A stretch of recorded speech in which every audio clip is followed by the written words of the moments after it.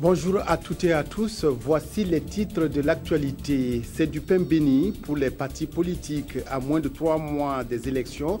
L'occasion leur est donnée de parfaire leur stratégie de surveillance électorale. 112 promoteurs ont reçu aujourd'hui des chèques du FAPE pour l'auto-emploi et l'emploi des jeunes. 257 millions ont été distribués au cours de cette première opération. Bienvenue au journal de 13h15. C'est une formation qui tombe à point nommé à moins de 3 mois des élections. Le NDI, le National Democratic Institute, permet aux partis politiques de peaufiner leur stratégie de surveillance électorale. La formation a débuté ce matin et devrait contribuer à rendre crédibles et transparents les prochains scrutins. Frédéric Etienne Basenga, Jean Zongo.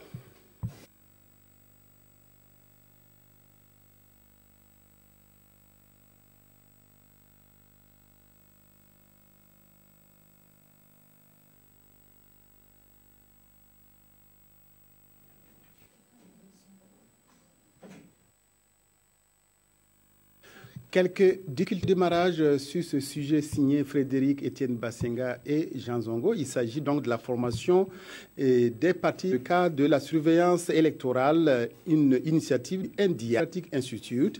La formation a débuté ce matin et devrait contribuer à rendre crédibles et transparents les prochains scrutins. Si tout va bien, nous allons pouvoir suivre ce reportage. Serge Nikiema et Ernest Diarra pourront désormais produire en grande quantité leur pain et gâteaux. Partenaires en affaires depuis 2012, ils viennent de bénéficier d'un chèque de 7 millions de francs CFA de la part du Fonds d'appui à la promotion de l'emploi FAPE pour compléter leur équipement. Au total, 112 promoteurs de 13 régions du Burkina Faso, évoluant dans divers domaines, reçoivent leur chèque. Nous, on fait la menuiserie métallique, des mobiliers, des bureaux, des tables, bancs. Bon.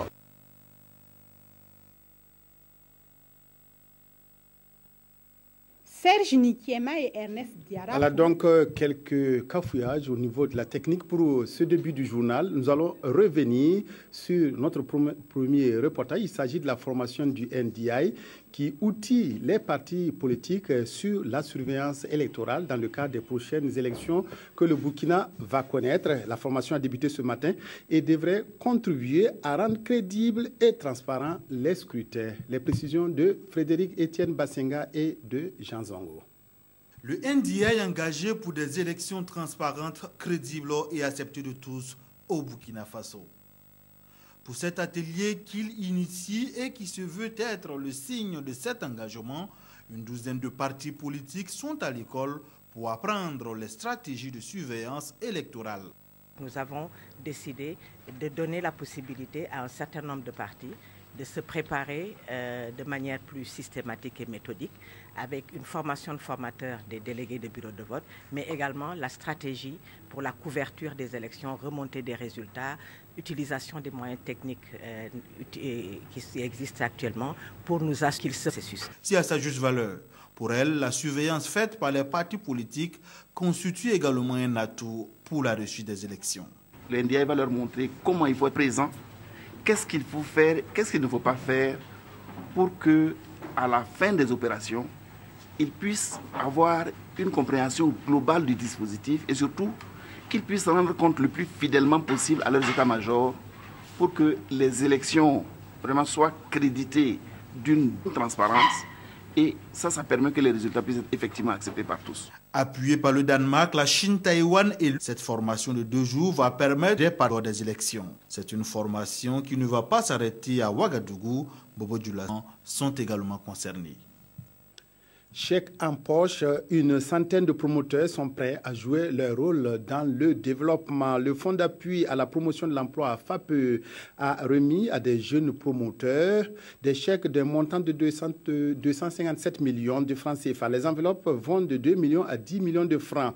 Elles contribueront à financer des projets d'auto-emploi des jeunes. Yolande Lompo, Mamadou Dabiré. Serge Nikiema et Ernest Diarra pourront désormais produire en grande quantité leur pain et gâteaux. Partenaires en affaires depuis 2012, ils viennent de bénéficier d'un chèque de 7 millions de francs CFA de la part du Fonds d'appui à la promotion de l'emploi FAPE pour compléter leur équipement. Au total, 112 promoteurs de 13 régions du Burkina Faso, évoluant dans divers domaines, reçoivent leur chèque. Nous, on fait la menuiserie métallique, des mobiliers, des bureaux, tables, bancs, bon, etc. Mais ces fonds-là, on va renforcer notre capacité, construire des petits magasins et puis payer des machines azotées. Le montant total des fonds prêtés est de 257 millions de francs CFA et les promoteurs devront respecter leur engagement. Nous avons pris, n'est-ce pas, toutes les mesures nécessaires pour que ces jeunes-là puissent être accompagnés dans les 2 années qui suivent la création de leurs entreprises. Dans le cadre du programme socio-économique de la transition, nous avons obtenu de la part du ministère de l'économie et des finances, donc du PCHUT même, je pense une allocation qui dépasse à peu près les 3,5 milliards pour accompagner les jeunes. Et ces 3,5 milliards concernent tous nos fonds de financement. Avant la fin de la transition, le FAPE prévoit d'accompagner plus de 1000 jeunes afin de lutter contre le chômage. Et les candidats peuvent d'ores et déjà déposer leurs projets au niveau des sites aménagés à cet effet, à la Maison de la Femme, au CIAO et à la médiathèque. Une étude sur les conditions de travail sur les sites miniers a été réalisée par une organisation syndicale finlandaise. Objectif, mettre à la disposition des syndicats burkinabés des informations scientifiques sur la situation du travail décent. Ces derniers en feront un outil de lutte pour améliorer les conditions de vie et de travail des populations. Amandine Lalsag. L'Organisation de solidarité des syndicats de la Finlande dépeint un tableau moins reluisant sur la situation des travailleurs du secteur minier au Burkina. Selon une étude réalisée courant 2013 par l'organisation, bon nombre de travailleurs ne jouissent pas pleinement de leurs droits. En réalité, même la liberté d'expression n'existe pas au sein de ces travailleurs des mines. Et certains même ont dit que leurs conditions sont proches de l'esclavage. Ensuite, il faut dénoncer le travail des enfants à ce niveau. Bon, mais ce qu'il faut aussi dire, c'est que là aussi, il y a une remise en cause implicite de la liberté syndicale. Pour rectifier le tir, l'organisation SASC entend impliquer les syndicats burkinabés. Un atelier de dissémination des résultats de l'étude est de ce fait organisé à leur intention. Il est évident que si les syndicats ne travaillent pas à la relecture, les syndicats, le gouvernement et même le patronat ne travaillent pas à la relecture, il est fort probable que les syndicats ne remontent pas en première ligne comme c'était le cas 66 et 75. Les différents syndicats vont au cours de cette rencontre s'approprier les résultats de l'étude. Il sera également question pour eux d'enrichir le document avec des propositions pour en faire un outil de travail. L'urbanisation rapide des villes de Ouagadougou et Bobo-Dioulasso s'accompagne de quelques difficultés. Citons seulement la pollution atmosphérique avec tous ces gaz émis par les autos et motos et l'utilisation du bois de chauffe. La respiration de ces gaz provoque des maladies non transmissibles respiratoires comme l'asthme et le cancer. Chronique santé avec Lazare Pouya. Ce n'est un secret pour personne, la fumée rejetée par nos véhicules pollue l'air. Selon le dernier rapport du groupe intergouvernemental sur le climat, des dispositions urgentes doivent être prises car en 7 ans, soit de 2007 à 2014, l'état du climat de la planète est passé de niveau alarmant à très alarmant. Les données rares qui existent, qui ne sont pas continues, montrent que les valeurs des polluants, des différents polluants, sont en général au-dessus des normes recommandées. Le fait que le carburant brûle insuffisamment, dans des produits comme l'oxyde de carbone ou l'oxyde d'azote qui vont aller dans l'air et créer ce qu'on appelle une perturbation de la couche d'ozone. Or, cette couche d'ozone-là nous protège, donc on ne sera plus protégé. Selon le même rapport, on s'attend à une augmentation de la température de 4 degrés Celsius d'ici la fin du siècle. Conséquence, une avancée de la pauvreté et des maladies. Dans 50% des cas d'asthme chez les enfants de moins de 5 ans, l'un des principaux facteurs de risque est la pollution de l'air. Il est aussi dans certains cancers que la pollution de l'air est l'un des principaux facteurs. Dans les formations sanitaires, les infections respiratoires aiguës dues à la pollution de l'air et bien d'autres facteurs constituent le deuxième motif de consultation après le paludisme. Il y a par exemple l'OMS qui a publié qu'il y a autour de 20 000 et quelques décès, c'était en 2002, qui étaient liés à la pollution de l'air intérieur au niveau du Burkina. Un autre danger qui est à nos portes, la pollution interne, c'est-à-dire l'utilisation du bois de chauffe, du charbon de bois et du gaz dans nos maisons. A priori, vous croirez qu'il n'y a pas de problème. Mais vous avez des voisins, ou peut-être même vous vivez dans une même cour avec des voisins qui utilisent le bois ou le charbon ou autre chose qui sont combinées.